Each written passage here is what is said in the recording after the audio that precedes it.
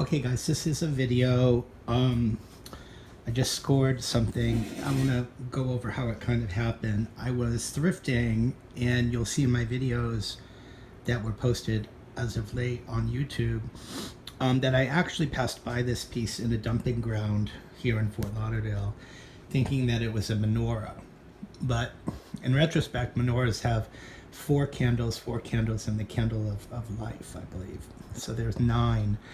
So I went home and I was watching my videos and posting, and then I took notice again of the video. There were 3 missing cups. There was only 2 on the tabletop. The other one apparently was on the floor.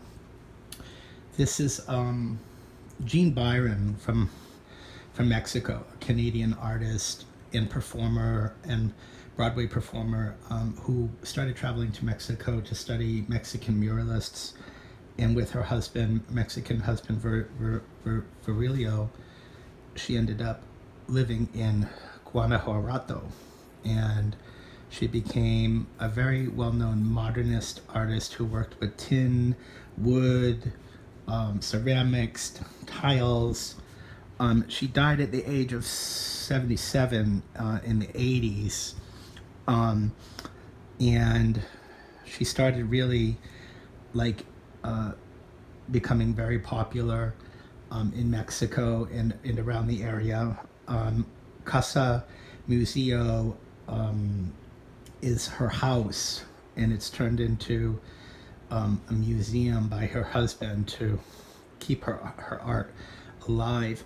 I passed by this piece. I paid just dollars for it.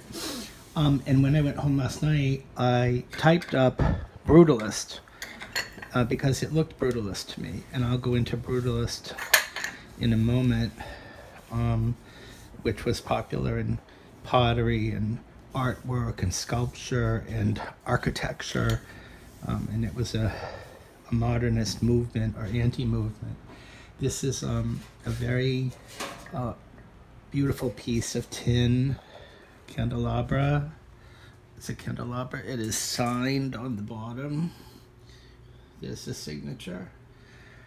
It's worth a lot of money. It depends on where you're looking. Some of these pieces are on First Dibs and Cherish for $1,600, $1,000, $1,200, $1,300, $900. It needs a little repair. Nothing that a little oxyacetylene welder can't fix to just tack these on. I wouldn't super glue them. I would have it welded or tack welded very carefully.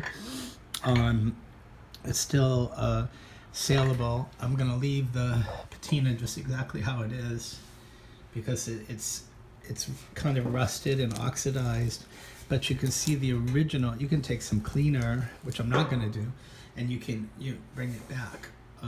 It's like chrome. It cleans up very quickly. Tin will oxidize like this. Just like chrome gets pickles, you can just polish this up and have it shining like very brightly. So this is a huge score.